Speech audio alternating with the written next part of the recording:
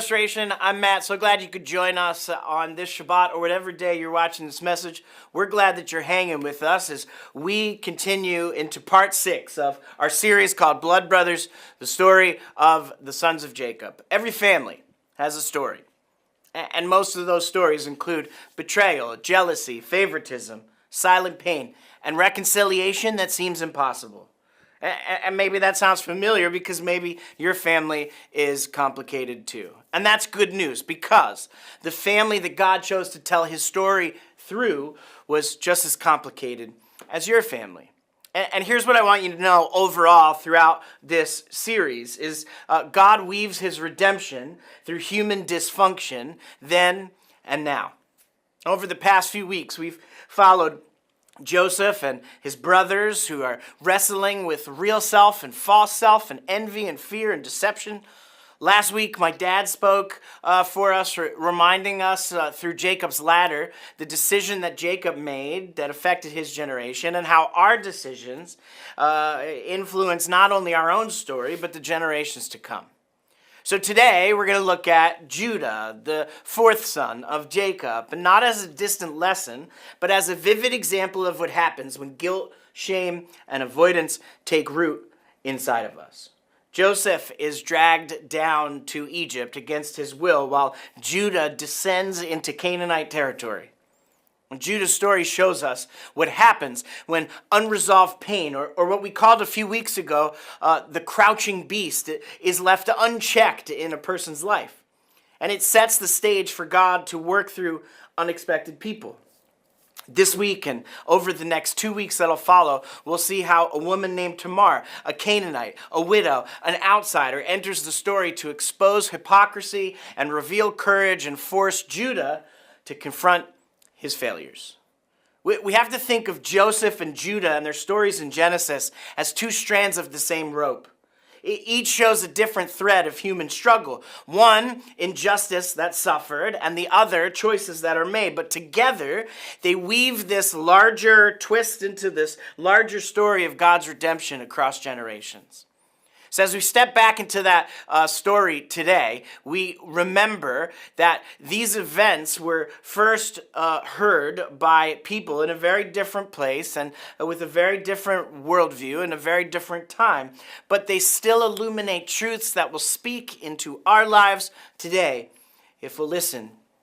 Today, we turn to one of the most surprising and probably misunderstood chapters of the book of Genesis, chapter 38, and the story of Judah and Tamar, in a message that's called The Beast Inside.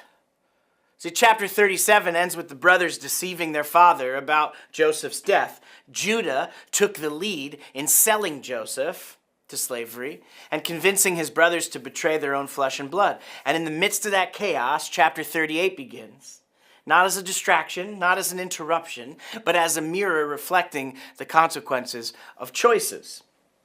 It's also the start of a larger pattern, this chapter, that you see throughout the Hebrew scriptures of women, outsiders, who save the line of Judah through faithfulness when the men who are supposed to know what to do fail. So Genesis 38 opens with verse 1. It says, about that time, Judah went down from his brothers, and he camped near an Adulamite man whose name was Hirah. Now, notice the wording, about that time. Judah's descent happens at the same time that Joseph, or right after that Joseph is sold into Egypt. In Genesis 37 and verse 6, the last verse of the chapter before this one, it says, meanwhile, the Midianites sold Joseph into Egypt to Potiphar. But if you look at chapter 39, if you skip chapter 38 and just go to 39 and verse 1, it says, now Joseph had been brought down to Egypt. Potiphar, an official of Pharaoh, commander of the bodyguards, brought him from the hand of the Ishmaelites who had brought him down there. So the author of Genesis could have skipped chapter 38. He could have gone right from the end of 37 to 39, a continuation of the story of Joseph. But chapter 38 and verse 1 helps us understand why the Judah narrative, which seems to interrupt Joseph, is actually in the text. It says, about that time, Judah went down from his brothers. So just like Joseph went down to Egypt, Judah goes down away from his family. Joseph is dragged down against his will, while Judah descends by choice. It's not an interruption. It's not an accident. It's to show the parallel of one brother who suffers injustice and the other brother who falls into moral failure because of his guilt and shame. Judah's story also, within chapter 38, it actually replays patterns and hyperlinks to all the stories from Genesis 1 to 37, and then it foreshadows much of what happens in Genesis 39 to 50, the rest of the book. This chapter 38 is crucial for understanding Judah's role as the start of a line of kings through which God will work redemption, not just for Israel, but for the whole world. And Judah is, at this point, living entirely from his false self. He's being driven by fear, shaped by shame, and blinded by his own desire and selfishness. And everything we discussed in part 4 of this series, in the message, Crouching Beast, Hidden God, is now embodied in Judah's life. Where Joseph is pushed down, Judah pulls himself down. Where Joseph suffers, Judah chooses to make others suffer. So today we're going to ask, and I encourage you to ask, where are you choosing to descend in your own life? Like Judah's story shows what happens when the crouching beast is left unchecked, and it sets the stage for God to work through unexpected people. And we've talked about this before in other sermon series, but in the ancient Hebrew worldview, the sky is where God dwells, the dry ground is where people live, and the depths of the sea are far from God, like Sheol or the grave. So mountains then become the dry ground which reaches to the sky. It's where heaven and earth meet, and many things happen on mountains. To go up is to be near to God. To go down is to move away from him. So up is good and down is bad. Joseph is taken down from Hebron, where they live in the Judean hills, about 3,000 feet, to Egypt, which is in the lowlands geographically, but also physically and spiritually. And Judah also goes down from his brothers. But where does Judah go? Well, Judah camps near an Adulamite man named Hirah. An Adulamite is from the Canaanite city of Adullam. It's in the lowlands, 3,000-foot descent in elevation from Hebron, where the patriarchs live. Judah doesn't just descend physically, he descends morally and relationally and spiritually. And as part of the Hebrew Bible's redemptive arc, God doesn't just redeem people. He also redeems places. And the city of Adullam, which awful things are going to happen, we're going to look at it over the next 3 weeks. The same city is given to the tribe of Judah as part of its inheritance later in Jewish history. Because in the Bible, redemptive geography appears repeatedly. Places of difficulty or failure become places of inheritance and blessing. And names matter in the Hebrew Bible. Not just as labels, but sometimes the names of people are commentary if you know what the names mean. Hirah, Judah's Adulamite friend, means brightness or splendor. But here he's the opposite of his name, leading Judah away from the light into the shadows. And in the same way, Judah or Yehudah means praise. But he's, at this point, living the opposite of his identity. Instead of praising God, he goes down, away from God and his people, to a place and a people that he does not belong. This is what happens when unresolved guilt and shame take root. When people use power to harm others, it's often because something in them has already been diminished. Hurt people, inevitably hurt people. So look at the next verse, Genesis 38 and verse 2. Then Judah saw the daughter of a Canaanite man whose name was Shua, and he took her as his wife, and he slept with her. Now, when Judah chooses who Judah chooses to be with is intentional rebellion. Abraham, Isaac, and Jacob, his forefathers, all warned their children, do not marry Canaanites because they worship other gods and will lead you astray. So Judah goes down and he leaves his family on purpose to a Canaanite city, and he marries a Canaanite woman. It actually just says the daughter of Shua, a Canaanite. It's the same thing his uncle Esau did when he ran away from his family.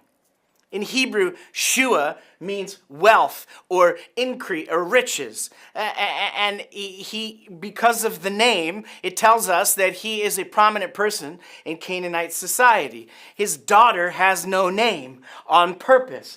The text makes her a flat, silent character. Not because there's something wrong or sinful about her, but because Judah is spiraling. So it says in the same verse, he took her as his wife and slept with her. Now, this is just as crass in Hebrew as it is in English. He takes her. It actually says he goes into her in Hebrew. And it's crass because it's not about covenant, it's about consumption. It's what wounded people do when they try to numb themselves. Judah isn't sinning because he's evil. He's sinning because he's wounded. His choices are symptoms of a deeper sickness that we all experience. I mean, how often do we try to numb our guilt and shame and end up harming others in the process? I mean, if we're honest, we know we do the same thing, don't we? Like sometimes we choose to go down. We intentionally separate ourselves from community, from responsibility, from the people that God has called us to love. And Judah's descent, like ours, Judah's descent wasn't forced. It was chosen. And so we have to ask ourselves, as we meditate on the story of Judah and Tamar, what are you choosing to descend from in your own life? Where are you stepping away instead of stepping into the life God is calling you to live? Judah and the daughter of Shua have 3 sons. It says in Genesis 38 and verse 3, then she became pregnant and gave birth to a son, and he named him And she became pregnant again and gave birth to a son, and she named him Onan. And she gave birth to yet another son, and she called him Shelah. And he was in Chaziv when she gave birth to him. Now, it's obvious in Hebrew because Chaziv means deception. His last son is born in a place called deception. Shelah is born into a family shaped by guilt, shame, avoidance, and pain. And we could ask, in fact, his name means question. We could ask, where in your life have you settled in a place of deception? Like something you know isn't true, isn't healthy, or isn't holy, but you stay there anyway. I mean, you feel it in the story. You feel the atmosphere of this home. It's suffocating. Judah's not simply living in a deceptive place. He's become a deceptive person. Judah, which means praise of God, is now living in a selfish, isolated, lonely place of deception, where many of us end up at parts of our lives as well. Now, Judah's oldest son then comes of age to marry, and now the consequences of Judah's descent begin to surface. Verse 6, then Judah got a wife for his firstborn, and her name was Tamar. Tamar means palm tree. And the text doesn't actually explicitly say that Tamar is a Canaanite. But based on where they are and who they live with, it seems clear that she is a Canaanite. And what unfolds next, and what we're going to look at next week in more detail, is astonishing and disappointing and frustrating, especially for the father of the line of people that will produce King David and Yeshua, our Messiah. Back where Joseph's brothers used sarcasm to hide their wounds, here Judah uses distance, passivity, and control. It's the same beast, just a different disguise. Judah has just participated in the ultimate betrayal, which in the narrative in chapter 37, which is selling his own brother into slavery. And he carries guilt and shame and unresolved trauma. And what does a wounded man do? He runs. He isolates. He descends. And every choice he makes in chapter 38 reveals this internal collapse of a man who is spiritually and emotionally disordered. Judah in this chapter is using people. He has a wounded identity that leads to relationships that are built on power, not on love. And Judah's brokenness is already reproducing brokenness. Listen to me. Write this down if you're taking notes. Broken parents create broken atmospheres. Broken atmospheres create broken children. Then he takes Tamar, palm tree, not to honor her, not to protect her, but to use her for his family's reproduction. Judah treats women as objects, not as image bearers. Why? Because people who feel powerless must exert power somewhere. And they usually exert it on the vulnerable. So watch what Judah's sons now do. In Genesis 38, verse 7. But Judah's firstborn, was evil in the Lord's eyes, and so the Lord put him to death. Now, every name in this family tells the truth about Judah's condition at this time of his life. Means awake. But the two letters of the name in Hebrew spell evil backwards. Judah's evil behavior, his bad behavior, his raw behavior, reproduces raw behavior. And is no longer awake. In fact, he's acting like he's dead even while he's alive because of the raw that he is doing in God's sight, the reverse of his name. Remember back to the creation narrative where God saw that creation was good. It was Tov. And the woman saw the fruit of the tree of the knowledge of Tov and Ra, which she's not supposed to eat. But it says it was Tov in her eyes. It was good in her eyes. And here, the author of Genesis, is saying was Ra in the eyes of the Lord. It's an intentional hyperlink and connection. And then Judah said to his second son, to Onan, he said, go to your brother's wife to perform the duty of a brother-in-law to her and raise up a seed for your brother.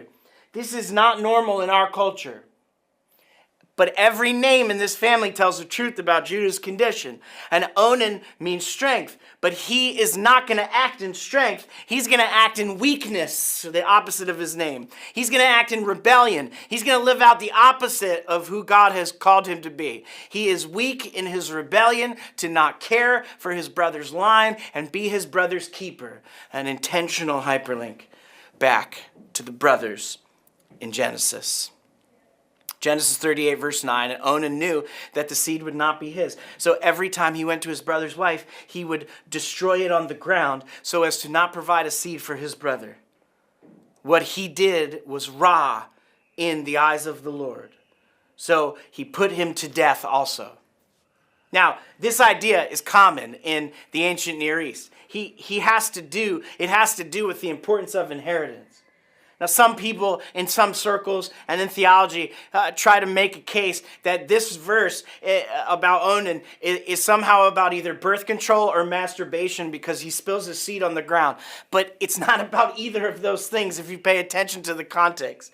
In the ancient world, a son is needed to inherit, and without a son, there is no inheritance. So if a man dies without a son, his brother will have a son in his name. Meaning that son will not be his, but his brother's son when it comes to inheriting. The underlying wisdom in these commandments, which happen later in Deuteronomy, is life is not just about you and your happiness. It's about caring for others.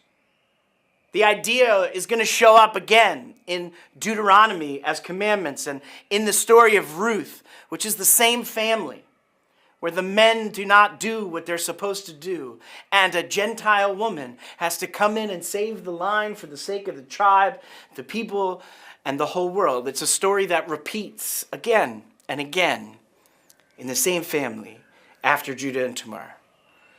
Verse 11, it says, Then Judah said to his daughter-in-law Tamar, Stay as a widow in your father's house until my son Shelah grows up, because he thought otherwise he might die too like his brothers. So Tamar went and stayed in her father's house. Now, again, every name in this family tells the truth about Judah's condition at this point in his life. Shelah means petition or question, request. And the question for Judah is, will my last son also die? I mean, maybe they died because of Tamar. She's a Canaanite. But it's all coming from fear. Look at what Judah says. He says, otherwise, he might die too, like his brothers. And Onan died because they did what was evil in the eyes of the Lord. And Judah's response is to hold back Shelah because he's paralyzed by the fear of losing a third son. This is exactly what will happen to Jacob over the protection of Benjamin when later in Genesis, when Judah tries to convince Jacob that he must let Judah take him to Egypt, fear replaces compassion and duty. And this is the problem with the beast inside. Write this down if you're taking notes. Fear is the enemy of faithfulness. Judah is so afraid of losing Shelah that he abandons Tamar to a living death, becoming a prisoner of his own anxiety. And for us, the question that we have to ask is, how often do we hold back from life, relationships, or our calling because of fear? Even when disguised as protection, fear still keeps us from showing up for those who depend on us. And Tamar is left vulnerable. She's left waiting for Shelah. And Judah's failure puts her in a near-death position in this time in the world. What will happen to her? She is going to pay the price for Judah's fear. And we have to remember, you can write this down if you're taking notes, our failures ripple beyond ourselves. Judah thinks his fear is private, his choice personal, but Tamar suffers because of it, and his children do too, and everyone around him does. In real life, a parent's neglect harms their children. A leader's fear-driven decisions hurt their team. And when we refuse to show up in the roles that God has given us, others will carry the weight for us because we're all connected. I grew up in New York. That was this phone commercial. We're all connected, New York telephone. What is your fear costing the people around you? Who is paying the price for your fear? Just like in this whole section of Genesis, God never speaks in Genesis 38, but his hidden hand is everywhere, working through the very people Judah overlooks. And this is where the irony begins. Judah abandons Tamar out of fear, but Tamar is going to become the example of faithfulness that Judah refuses to be. We're going to talk about that next week. Now, Judah is spiritually diminished at this point, and diminished people diminish others. But Tamar, whose name means palm tree, embodies righteousness and endurance and life. So God plants her in Judah's dying family, showing that even in broken homes, Yeshua brings hope and restoration. Tamar is everything that Judah is not. Steady where he is unstable, righteous where he is deceptive, courageous where he is cowardly. She is a tree of life in the soil of a dying family, a Gentile, a Canaanite, an unexpected outsider widow. Judah should have protected her. Instead, he harms her. Onan should have honored her. Instead, he exploits her. This is the low point of the story. The family that is meant to carry the promise of God to the nations has now become the greatest threat to the promise. But Genesis 38 shows us something timeless. Brokenness reproduces brokenness. Fear and shame distort our relationships and our decisions. Our choices affect not only ourselves, but everyone around us. And we all have had or are experiencing or will have descending moments in our lives.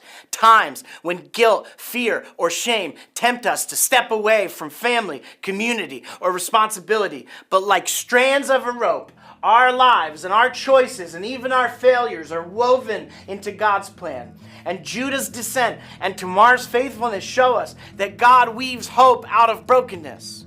The question for us today is, which strand will you contribute? Will it be the one that pulls downward, or will it be the one that lifts upwards towards life and redemption? Will you step away like Judah and perpetuate harm to others? Or will you step into the faithfulness of Tamar, letting God bring life to your brokenness? This week, I want to encourage you to reflect. Ask the Holy Spirit, where in your life have you gone down into fear, shame, or avoidance? And where will you choose to go up towards courage, faithfulness, and life? Friends, the Judah and Tamar story reminds us that God is always at work in houses of deception, in broken families. He plants hope where it seems impossible, and this story shows us that life and God's covenant promises will continue. The question for each of us is simple and profound. Will you continue to go down, letting fear and shame control your choices? Or will you go up, choosing faithfulness even when it's risky or uncomfortable? God often uses the faithful few, the ones who are willing to act with courage, integrity, and persistence to bring life and redemption to this world. And I don't care how old you are, and I don't care what you've done, it's never too late to be transformed by God. No matter how far you've fallen or how broken things seem to be, the beast inside can pull us down. But God calls us to go up through the power of His Holy Spirit, to resurrect us from the dead like Yeshua. And every act of courage, and every act of integrity, and every act of faithfulness is a thread that God can use to strengthen the rope of His story and your story. Now, next week, we're going to see how God works through Tamar's bold, unexpected choices to confront hypocrisy and restore what's broken. And it reminds us that God's plan moves forward, even when we have failed. I love you guys, and I hope you'll join us as we continue through Genesis 38.